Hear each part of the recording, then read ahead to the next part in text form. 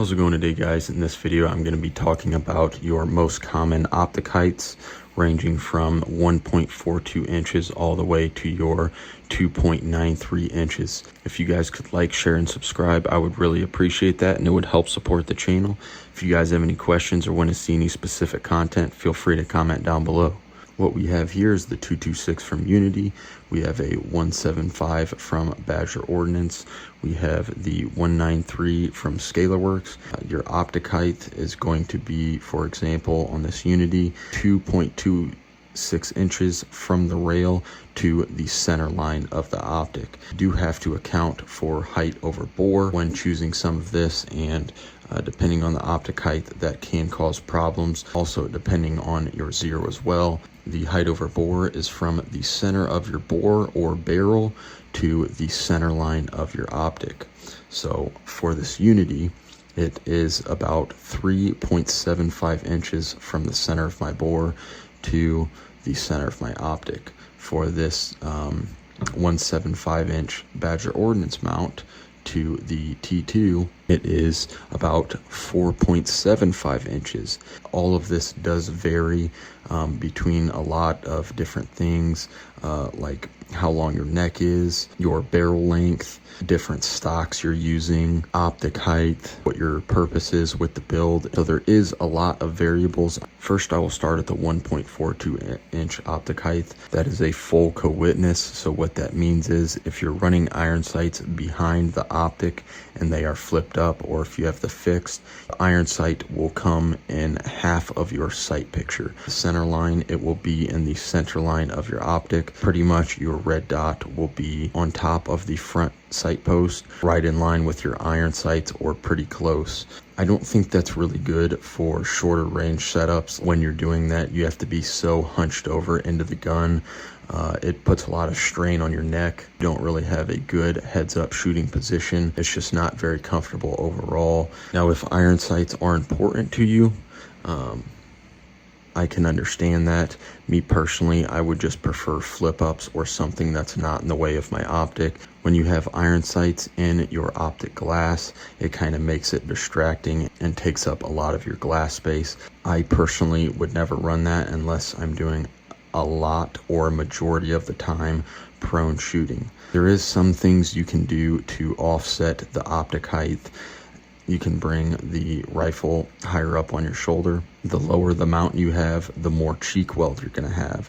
Now, cheek weld is very important in my opinion. That's why I am switching to the 193 to try to get a little bit more cheek weld. With the lower mounts, such as the 142 and the 157, you'll be able to get a lot more cheek weld than you will with the 226 or something like this that is, 3 inches high, or the one from GBRS Group, which is about 3 inches high.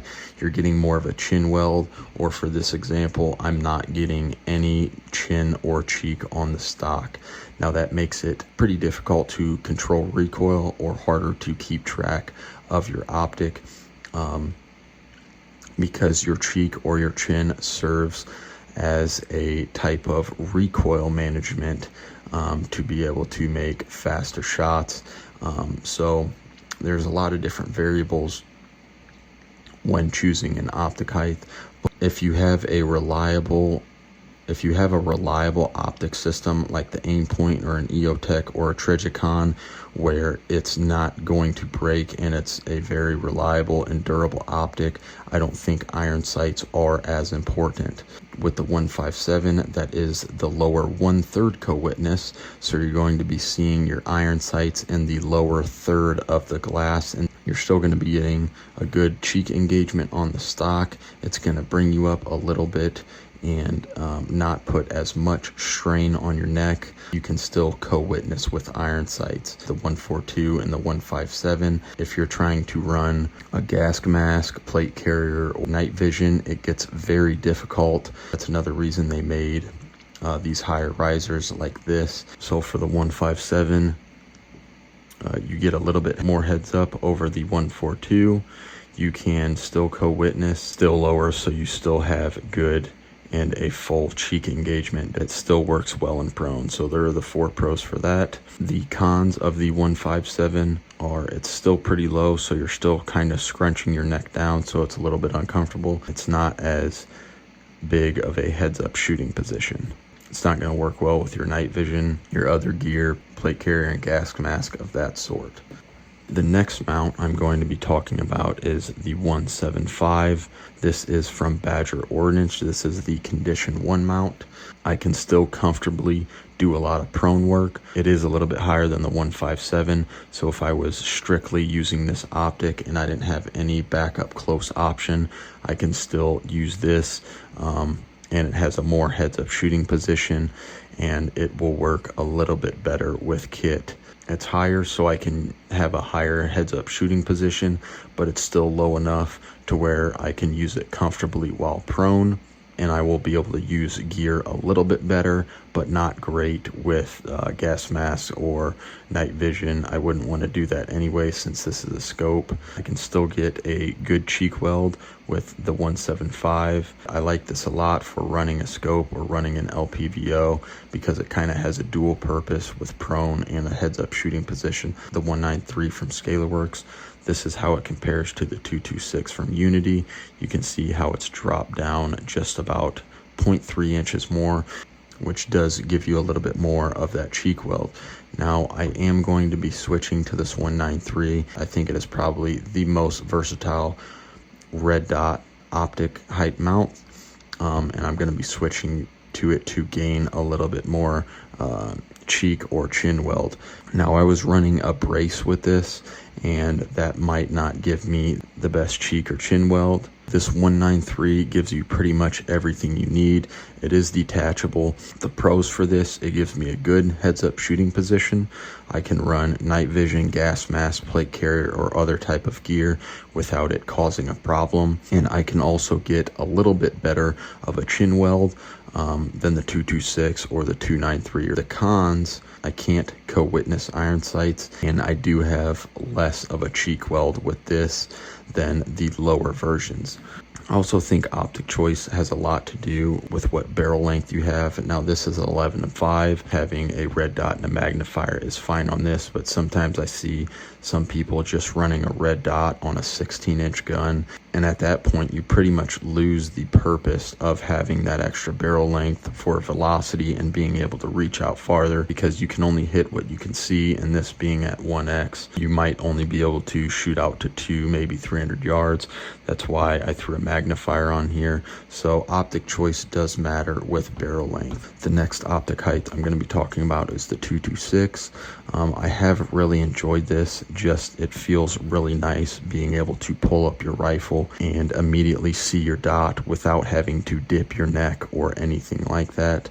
There was a couple problems I was having with this. So once you get into the 226, this is where you kind of start experiencing height over bore issues, depending on your zero and where you're shooting. So I had this zeroed out at 50, and when I'm shooting at 25 and in, I'm having a pretty big offset. Now say you were to zero this at 100 meters, then if you had it zeroed at 100 meters, you wouldn't have as many height over bore issues, and you would just have to hold over for your stuff. So when I do switch to the 193, I am going to be going to 100 meter zero, because I would prefer to just hold over for everything instead of hold over, hold under. Because of the higher optic, the muzzle device you run does come into play more. When you're running this higher stuff and you don't have a cheek weld or a solid support back there, like I was saying before, it's harder to keep track on your red dot, and it's harder to manage recoil. If you're not running a brake, it's a lot harder to manage recoil. You're getting more into that chin weld. That's where I think this 193 really beats the 226, especially if you're using this high mount on like a 16-inch rifle. You're really not getting the capability of your 16-inch rifle. It's still harder to take prone or kneeling shots. The pros, you have a good heads-up shooting position, and it works well with night vision and kit. The cons, It doesn't work well for prone and kneeling or barricade work. Also, you're getting more of a low chin weld, and you're not really getting a cheek weld on this. The cool thing about this 226 optic height, number one, you can actually run a rear and a front iron sight post in here. So I just have, because I have a front iron sight post up front, I am just running the rear in here, but that's very nice because it frees up space back here. You can actually run the rear iron sight in here. So I just look through this little hole right there. If you're running a magnifier, instead of it flipping to the side and, you know, getting in the way over here, it drops right into the center, which I do really like that about this, because it tucks and it stays out of the way. Now the next height I'm going to be talking about is the 2.93 or the 3-inch that GBRS makes. I think that 3-inch and this 226, like I said, I think those are very specific for more of CQB type work, especially for the 293.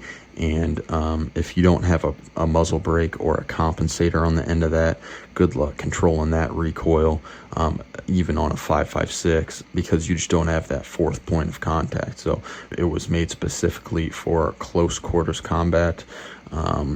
You know, anything within about 100 meters, 100 yards, and people who are wanting to run night vision and gas mask and all this different types of gear that causes a big height over bore issue, to where you're 3 inches above the rail, and then you have to add from the rail to your bore, so you're getting really high up there, which is more similar to this. So I was at 4 inches and 3/4 to the top of this, and I don't have any chin on the gun at all.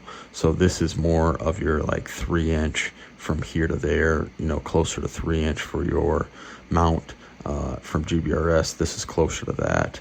But unless you're running a brake or a compensator, you're really kind of screwed on manage recoil well, unless you're very good at that. You have to know your holds very well when you're running these higher optic mounts, know your height over bore.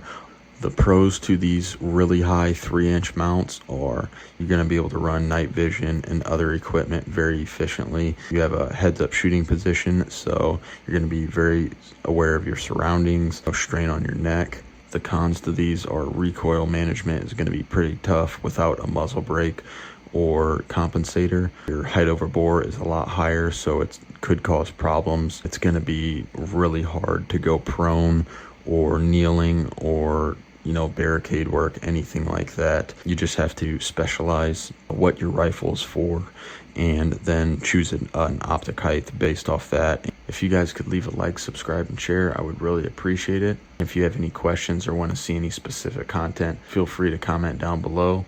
Thank you for watching.